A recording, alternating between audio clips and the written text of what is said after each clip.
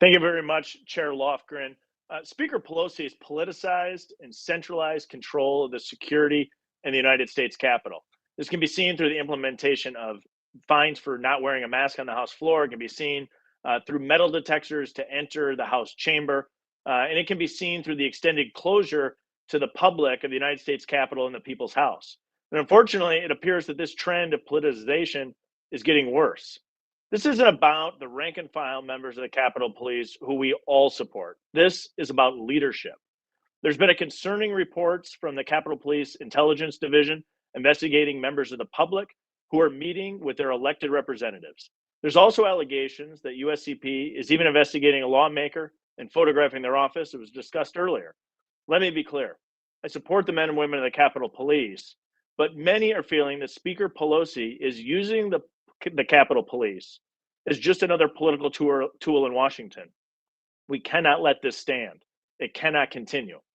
Mr. Bolton, in Chief Manger's reply to my letter regarding the published report about Capitol Police reviewing citizens meeting with their members of Congress, she requested you to investigate the reports, in particular as it relates to the Intelligence Division. Have you begun this investigation? And do you have any updates for us at this time? Wouldn't be able. Yes, we have begun on both counts of the open source review as well as Congressman Newell's request. I can't give you an update at this time. It's ongoing, so I will hold any information until we have completed our investigation. But they are a top priority for my office, and we are working diligently to get those reviews completed. I appreciate your efforts in this regards. Maybe you can answer this question. Let me break them down. One is it regards the oversight of citizens meeting with their members of Congress. Are you receiving full cooperation, or are you meeting any resistance? I'm receiving full cooperation from the department. Okay, and then as it relates to the investigation of a member of Congress who has alleged that individuals from Capitol Police came in, photographed evidence, that investigation you noted is ongoing.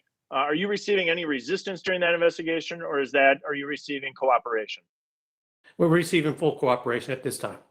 That's positive to hear. I, along with my colleagues, look forward to reviewing your full report and hope that we're able to have a hearing when those reports become available.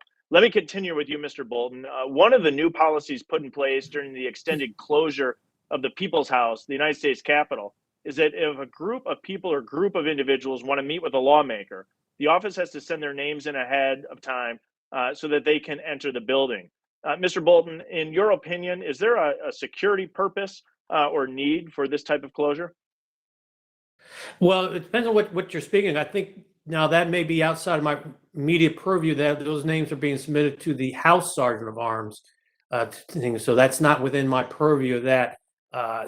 And that probably will be captured, or at least we'll have a better understanding to answer your question once we completed our review of the open source issue. So that right now I wouldn't be able to answer that completely for you.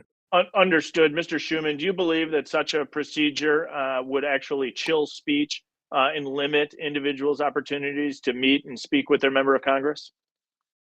Well, it sounds like the underlying question is whether the Capitol complex should be closed, which you're raising is that, am I understanding you correctly, sir?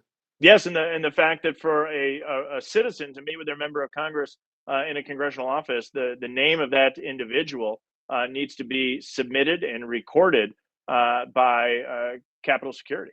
Yeah, so I would suspect that probably has a chilling effect on some folks who would wish to come and meet in person in the Capitol, although there are alternate venues that are available to do so. I think that let me only because we're limited on time here, Mr. Schuman. Let me continue with you. The Sergeant at Arms, Mr. Walker, has mentioned in recent testimony that he's exploring implementing an insider threat program. Are you aware of any similar type of program ever been implemented before in the United States Capitol? Not in the Capitol, no, sir. And are there particular concerns with such an implementation that you would have in the United States Capitol, in particular in the legislative branch?